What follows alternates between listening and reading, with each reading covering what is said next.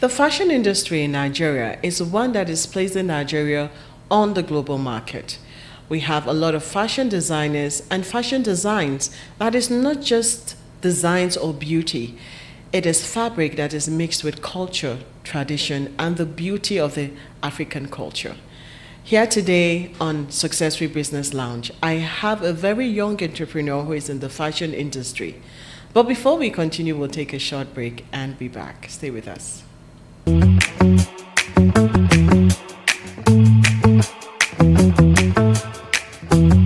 This is Successful Business Lounge. On Successful Business Lounge is where we tell you success stories of young entrepreneurs in various spheres of businesses. I am Chana Ejoga, and today on this episode, we have a very young fashion designer who is Zainab Muhammad, the founder and creative director of Zanel Global. It's good to have you on the program. Welcome. Thank you so much. I'm very honored to be here. Thank you. So, can you tell us what pushed you into going into fashion? Thank you for that question. So I was born and bred in a business household. Everybody in the house does business. My mom has been doing business from when she gives me stories from when she was like 10. She would sell rice. She's in her 60s today and she's still doing business. Wow. So I think it's kind of inbuilt. So yeah. So what made, I'm sure the businesses that your household members were doing, was it fashion related or it was just you? And what made you go into the fashion industry? So it was not fashion related. It was business generally. There is nothing that I don't know my mom has sold. Wow. She has, so back in the days so all I can remember is when I was born, but I'm sure she has been doing it even before I was born. So long time ago, she had a machine, a sealer machine, that she would mix like Julie Juice or Fuster Clark, and she would pour it into the leather and seal it and sell it. She had freezer.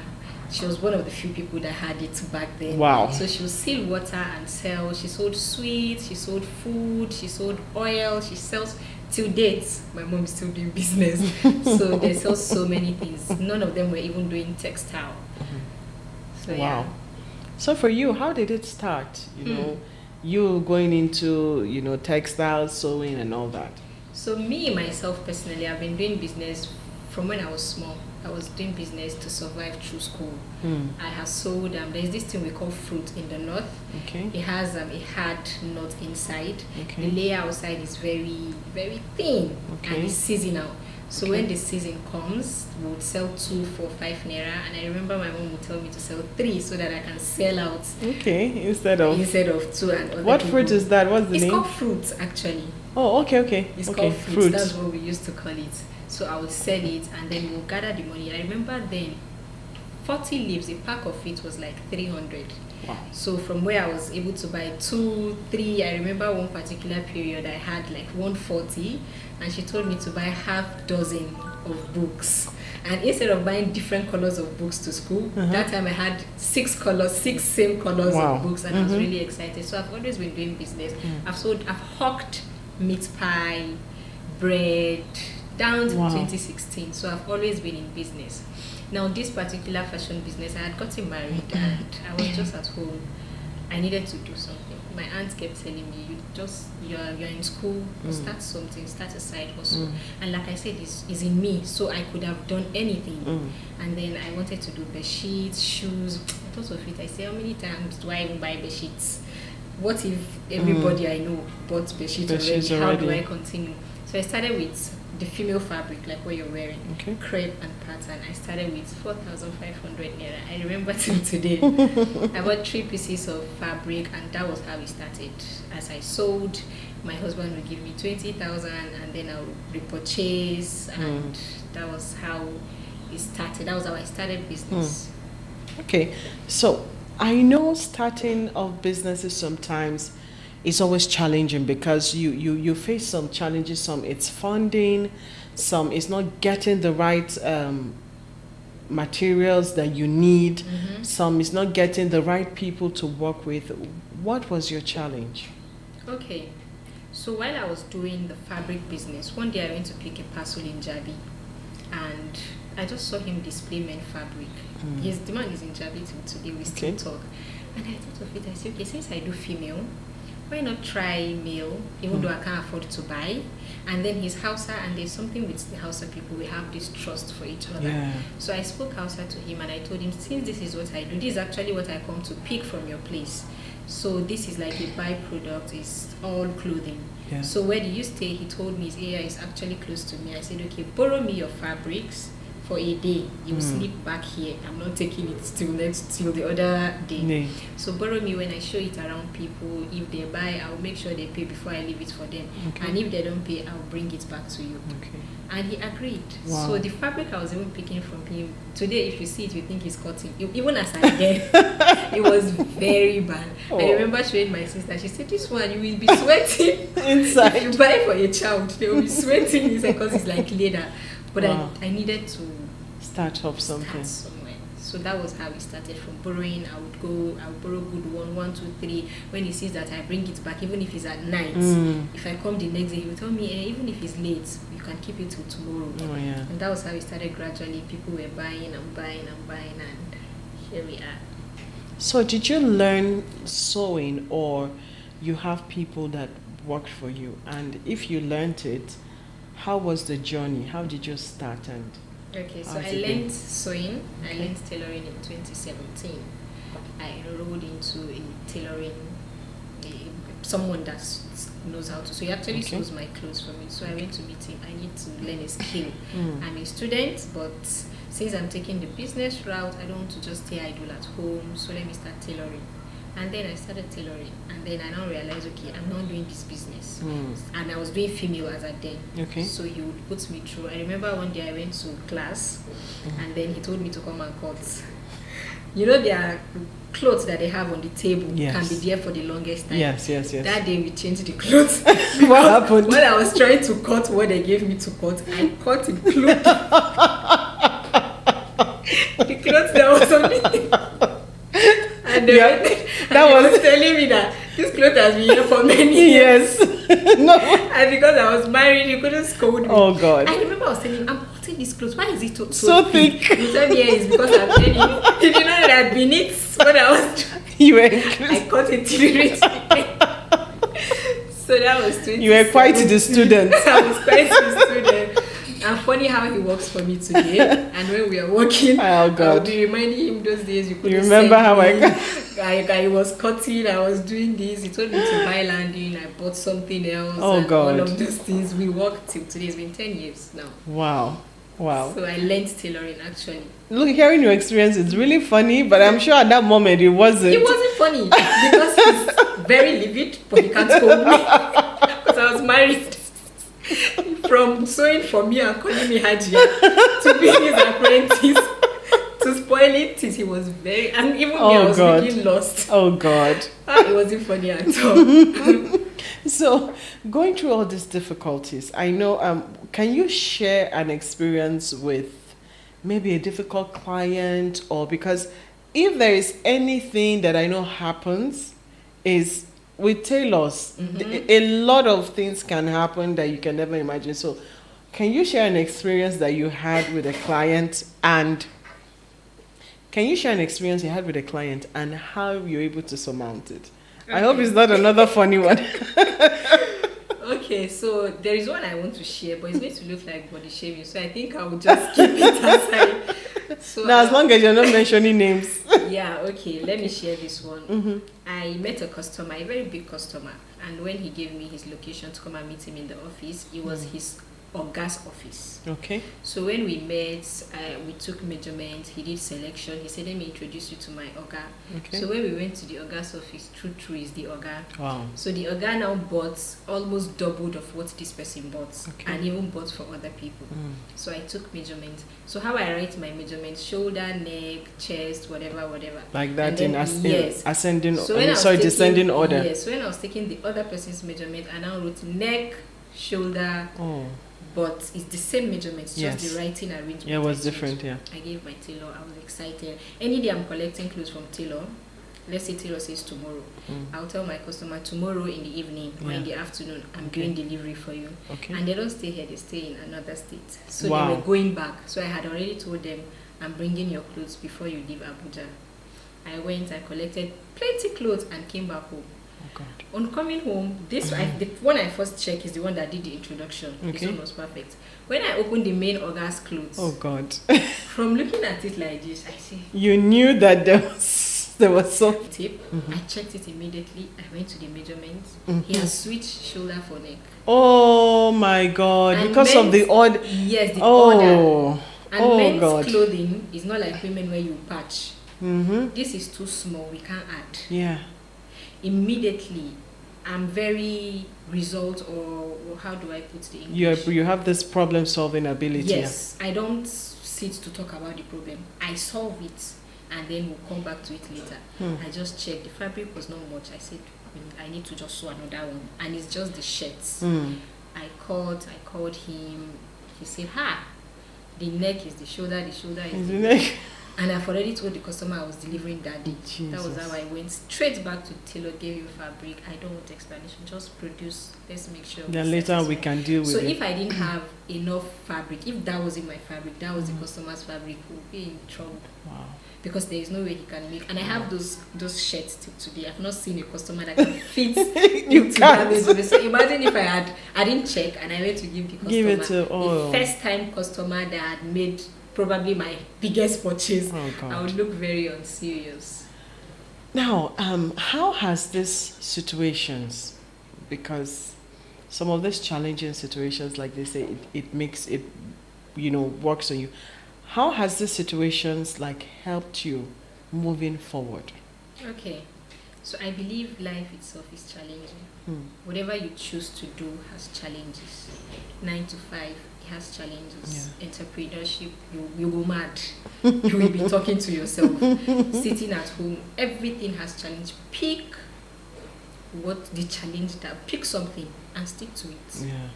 So the fact that I'm willing to do that thing, I always figure it out. I don't know how. If I have a problem, I solve. Somebody was telling me that I'm not attentive, or I say because I'm not crying doesn't mean I'm not in pain. Yeah. But what does that crying Going do to me? solve, yeah.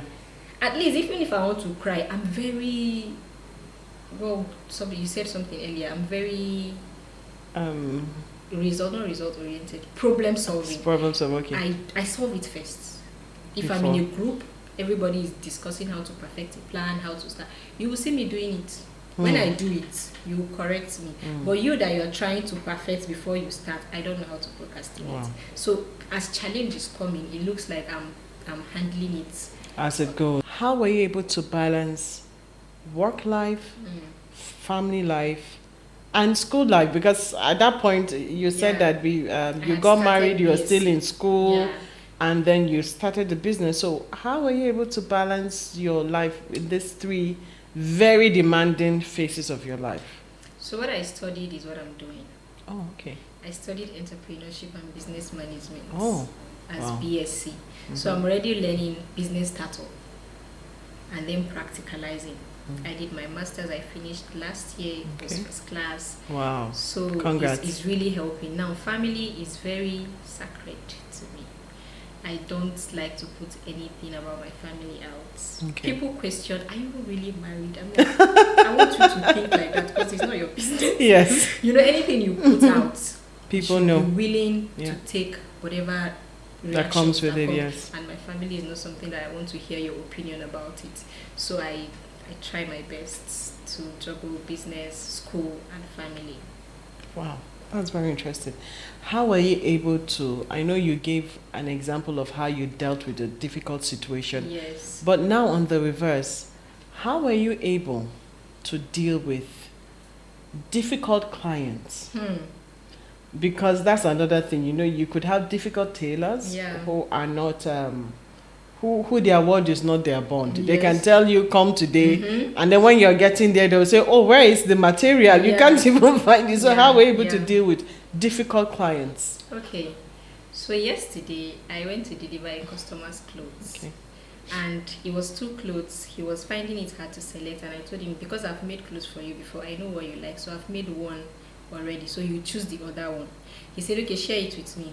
I shared it with him. I told him I've chose this one. I've even given tailor. You are choosing the second one. He said okay, and he went silent. So I made the clothes and I brought it to him yesterday.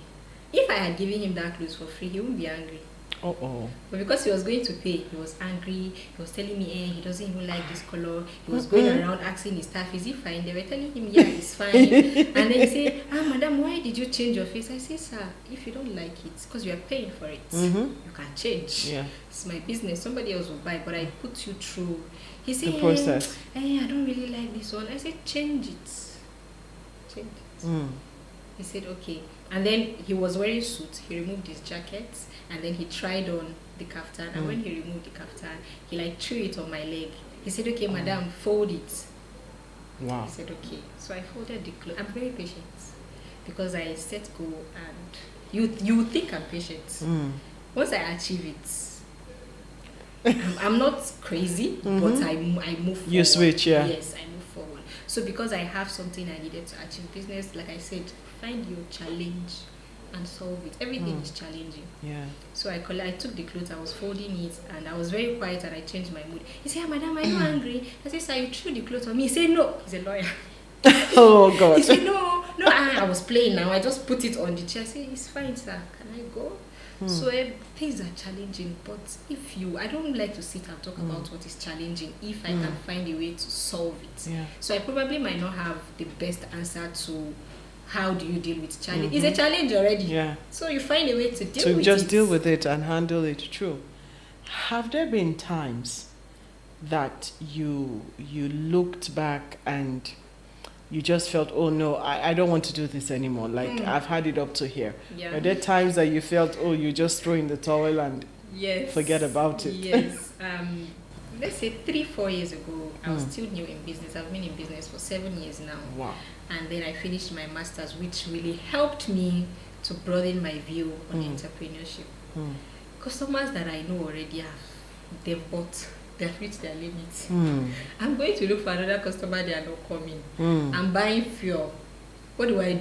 You're spending more than what's coming in. Go and look for a job. I was at home for like 2-3 months. And one day my husband said, I think you should go to that office that they wanted to offer you a job. I said, true. Even me, I think it. So I actually called the man. I sent him a message. He said he was in the office. At that point, I was already quitting. I was leaving the business. And I met him and he said, this is his word, you are financially, okay, can't remember. Okay. But he made something like, you like money. Office 9 to 5, government job, not private. It's not going to serve you. I said, I need to start somewhere. So when I go today, I go tomorrow. And then I was going there for like a week. And then I was getting customers there. Wow. And that was my point of, because he told me, when you are ready, come and take a job. I was ready to leave business because I've done everything I could do. Yeah. Customers were not coming. I didn't know what to do. So I was ready to take a job, and then customers were not coming from there. I would go and people would be so that kind of ignited your fire. Yes. So for every time there is a hold up and you're very passionate about wanting to do that thing, not that is your passion. Yeah. You're passionate about working, whatever business you're doing, be it career, whatever it is. You want to do it, you're ambitious. I believe there is a way. Even if you have a gallop, God will just make a way. Make things. And I pray, I'm very, is it religious? They say it, no, not religious. I'm very, prayerful? Nah, English has left me. Oh, you believe in God, and you have this faith that no matter what, I don't see it as though you're a Muslim, you're a Christian. No, I believe in God. I communicate with God very well. I talk. I tell God, this is my plan. This is what I want. You do it too. I'll fast if you do it for me.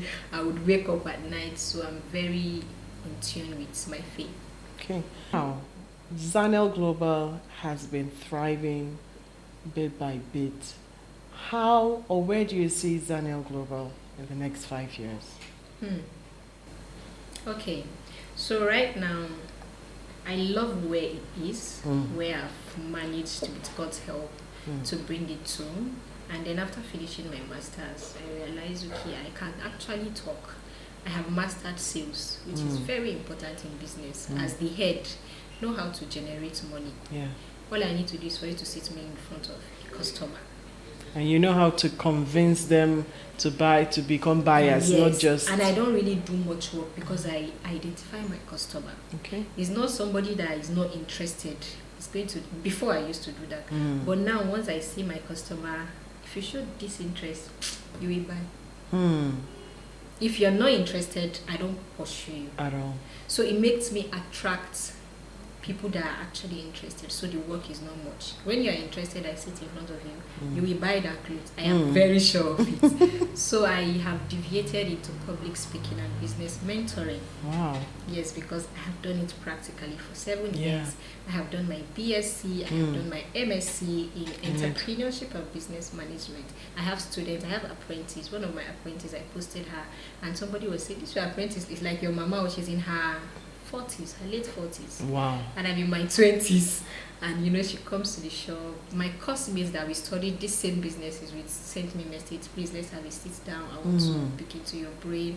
Where is the zeal coming from? Like, we know you. This is you, but you are very different now. Yeah. So I'm going into coaching. So in the next 5 years, you'll see me on platforms talking Oh, about we can't business. wait. We can't wait. That's And nice. I'm very honored to be on this platform. When I got the call from you, I was very excited. I couldn't wait. So you see me on platforms, Zanel will grow bigger. I would be styling senators, governors, By God's grace, presidents. yes. So. By God's grace. Yes. So, So yeah. another thing I want to ask you is, how do you deal with difficult workers? Because in this field, you have tailors can be very unreliable. So how are you able to deal with that? Unreliable workers or workers that sometimes jeopardize the business. So how do you deal with that? So I have a tailor right now that is wanted. I'm looking for him. Wow. Yes. Wow. He has. It's funny and serious at the same time. I have it printed. I wrote wanted. I even wrote 100,000. That's how serious it is. Wow. I gave him clothes to produce. That was December. I had traveled for December. I wanted to get those clothes before I traveled. He couldn't deliver. I came back January. He says in Area 1, not knowing that he's not even in Nigeria. He's not even in Abuja, sorry. Wow. Till dates that I'm talking to you, if you call him, off his phone. I've tried to track him, even though I've not followed the proper way, because I'll still be spending money. He has men lace of like ₦1 million with him. Oh my God. He gave me some skirts, and then there is tops with him. Oh. I have my gowns. Some situations you can't even help it. When I think of it, I will have BP, so I don't even used to think of it. And then you will be thinking, okay, she doesn't care. I care. What do you want me to do? So tailors, some you give them clothes, they'll say, Ajia, in the morning, like this Eid that just passed. Yeah. My whole family did not have Eid clothes. My husband, my kids, myself. Wow. He kept telling me there is no light. There is no light. I'll go and supervise. And my clients, actually, fair enough, their own was okay, but yours. Okay. Hallelujah. You know? So it's crazy. And then I'm very patient. Okay. I have a tailor that my sister introduced me to. He has stopped working with her, but he still works for me. Maybe because mine is now business. Okay. I need you. I can't do anything without you. Yeah. So I'm extra patient. My sister will tell me I'm scared of them. I say, no wahala. Now why did they sew my clothes? As long as you are getting what you need to get, yes. yeah. And I'm working with them. I'm getting to understand them. These people are like possessed. There is nothing. There is nothing you can do. It's a possessed. As I am like this, you That's like a my strong clothes. one, yeah. I will introduce you to my tailor because I know he will not make your clothes. I am very sure. They have tailors that I will protect. You see my main tailor. This guy, I've been with him for 10 years. Wow. He will not make your clothes. I am sure. He will not make your clothes. Seriously, I'm working with them. There's nothing wrong with them. So I just want to say they are sick. And they are very good. It's the good ones. This one it's a good away. one. So yeah. running away from this guy for a while, let me have a breather with this new tailor. He has run away with the clothes. Oh God. It still boils down to patience. Because they are all the same. Sometimes the devil, It's a little bit better than the angel. Oh, jeez, I'll tip him. I'll tip his brothers. Everybody is excited. I'll buy food, thinking that he'll make my. The next thing, I will come back. It's still story. If I pack it from there, where do you want me to go? Somebody now he has run away. I don't know anything about him. So it boils down to patience, and I'm really interested in this business. It's still the same circulation, so I just have to be patient. What will be your advice to people out there that have the passion in the same direction as you do, people that wants to go into the fashion industry? What would be your advice to them? Okay, so fashion industry is very big. There are many opportunities. You can be a fashion stylist, you can be a consultant. All these things, I don't even believe that business needs capital. Come to me. I've put this out there. I will make my inquiries. So before you run away with my clothes, I will borrow you clothes. Go and sell it. But they don't want to work. It's not that there is no opportunity. So you need to want to do it. Hard days will come. But the fact, and it's not even passion. It's not like, oh, I wanted to go into fashion. Whatever business I find myself doing today, I could do it. I would find a way to do it well. So you can be a stylist, you can be a tailor. You don't need to go to all these big fashion houses to learn. Within you, I learned from somebody that used to make my clothes. You know, so within you, there are people that you're looking down on them, all those people that's where you start from. Learn a skill. When you want to do it, I believe God will line up opportunities for you. But when you're not even listening to the environment, you don't really want to do it, you want money, you're jumping. As you start this one, you will not finish. You jump to another one that you think there's more. Learn a skill, and then they talk about their own connection. There are some of these big people that it is what you're doing well that will make them invite you. You can't have access to them. If you find your way and have access to them, you come to the table. They can sniff your desperation. What do you have to offer? So they are the 1%, and the 1%, they are the ones to call you. You don't go to them. There are places I go today. I just sit down and somebody will call me. I saw your work on this person. Come and do it. So people will admire today and forget tomorrow. I've made clothes for police at the checkpoint in my area. They used to buy material then, 2020, for 1.8 and make their trouser green, and then shirt. Security men, drivers. I still know them till today. Different organizations. When I'm working in and the security, I say, hey, add your tape. That is where it started. And they will see me with their bosses today, and then I'm still very down to earth with them. So start small, start where you are. They would invite you eventually.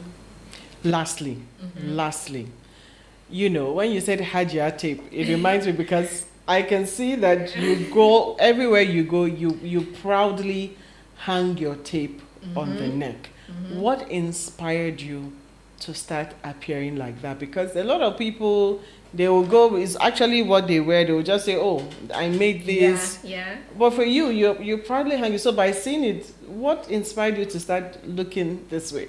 Okay, so it's funny. The first time I had it around my neck was a mistake. Whoa. I had gone somewhere and somebody said, there's a tape around it. And I removed it. And then I thought of it. I said, okay, so he actually saw it. And let me be mistakenly, intentionally doing it. So I'll hang it around my neck, and they'll tell me there's a tailor. I'm like, I forgot, I'm a tailor. I was embarrassed initially. Because I'm carrying tape around, it's like desperation. But that's the start of business. All the business people telling you don't be desperate is a lie. You will be trying to build, struggling to build. I go to places, they say, oh, I forgot. And then small, I got comfortable. People say, hey, are you a tailor? I'm like, yes, I'm a tailor. I make clothes. And it was my car was my shop. So I'm mobile. Anywhere you see me, there's markets. You go to That's what car, they call mobile markets. Mobile markets. So there was no escape back then. Don't show interest because I'm not out to joke. I will hold you down and you will buy. Even your car, I said yes, they will follow me. They will buy schools, organizations that I can't even mention, hospitals. I'm not sick. Car parks, restaurants, I will have my tape. So I'm not even doing the talking again. When I got comfortable and I was learning more about marketing, I would dress the part, make sure that this is what I'm out for. This is not an access for me to go and be playing or be doing something else. This is really the thing. And then when they come, they're like, she's serious, so she's actually selling. And then till I got comfortable today. If I go anywhere without my tape, I'm like, Ibrahim, go and get my tape from me. Go and give me my tape, and I hang it around my neck. So that's the story of the tape. Wow. I'm so happy to hear your story, and it's quite inspiring. And this is what we tell our viewers out there. You know, when we speak to people like this and you hear their own side of the story, it's always very inspiring. So thank you for coming on this episode of Success Free Business Lounge. I hope when next we need you, you would avail us your time. I will run here. I'm very honored to be here. Thank you so much for the opportunity. This platform is very, like you say, success free. So I feel honored to even for you to see me successful and, you know, honored enough to share my story. Thank you, ma. Thank you. I've heard another inspiring story of resilience, commitment, and tenacity. That is what we do on Success Free Business Lounge. Till we come your way again, I am Chana Ejoga. Stay good.